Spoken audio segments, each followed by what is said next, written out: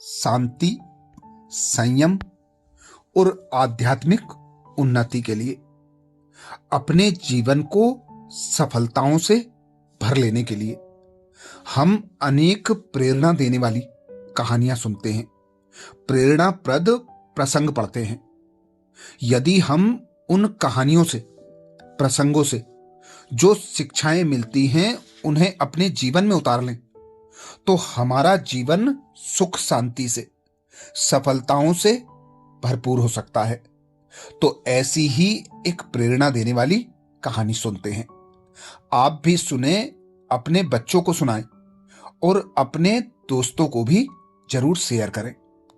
एक समय की बात थी, महाराजा चंद्रगुप्त का दरबार सजा हुआ था।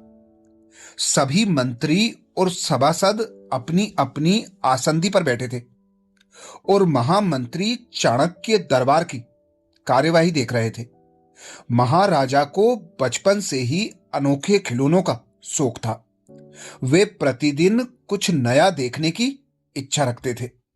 उसी दिन दरबार में समाचार आया कि एक सौदागर कुछ विचित्र खिलौने लेकर आया है और उसका दावा है कि ऐसे खिलौने ना किसी ने पहले देखे हैं और ना आगे देख पाएंगे। महाराजा ने जिज्ञासावश उसे बुलाया।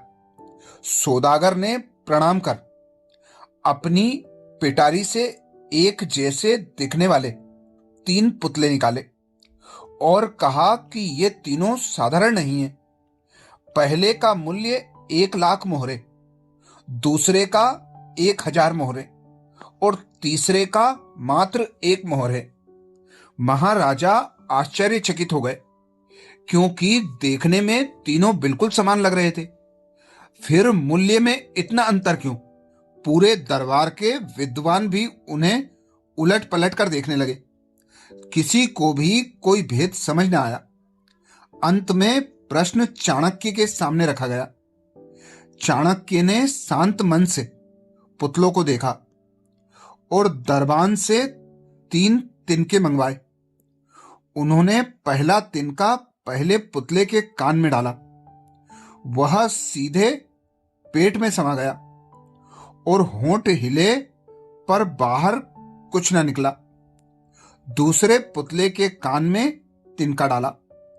वह दूसरे कान से बाहर निकल गया, मानो कुछ सुना ही ना था। तीसरे के कान में तिनका डाला तो वह मुंह से बाहर आ गया और पुतला हिलने लगा जैसे सब कुछ बात उगल देना चाहता हो। तब महाराजा के पूछने पर चाणक्य ने भेद बताया। पहला पुतला उस बुद्धिमान मनुष्य का प्रतीक है जो सुनी बातों को सोच समझकर अपने भीतर रखता है, जांच पड़ताल के बाद ही मुंह खोलता है, इसलिए इसका मूल्य सबसे अधिक है।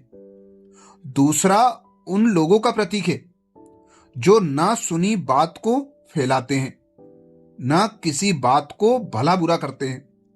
वे शांत रहते हैं, इसलिए इसका मूल्य मध्यम है।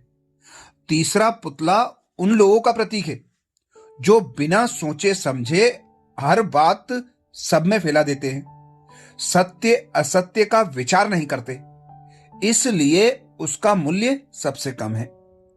इस कहानी से हमें शिक्षा मिलती है कि मनुष्य का मूल्य उसके रूप रंग से नहीं, बल्कि उसकी वाणी, संयम और विवेक से तय होता है। सोच कर बोलना, रहस्य को रहस्य रखना और सत्य की पुष्टि के बाद ही मुख खोलना ही समझदारी और महानता का सच्चा मार्ग है।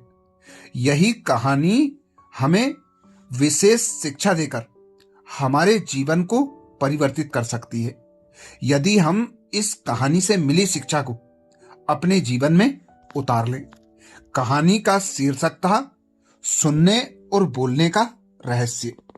ऐसी ही प्रेरणा देने वाली शिक्षाप्रद कहानियां सुनने के लिए चैनल को सब्सक्राइब करें।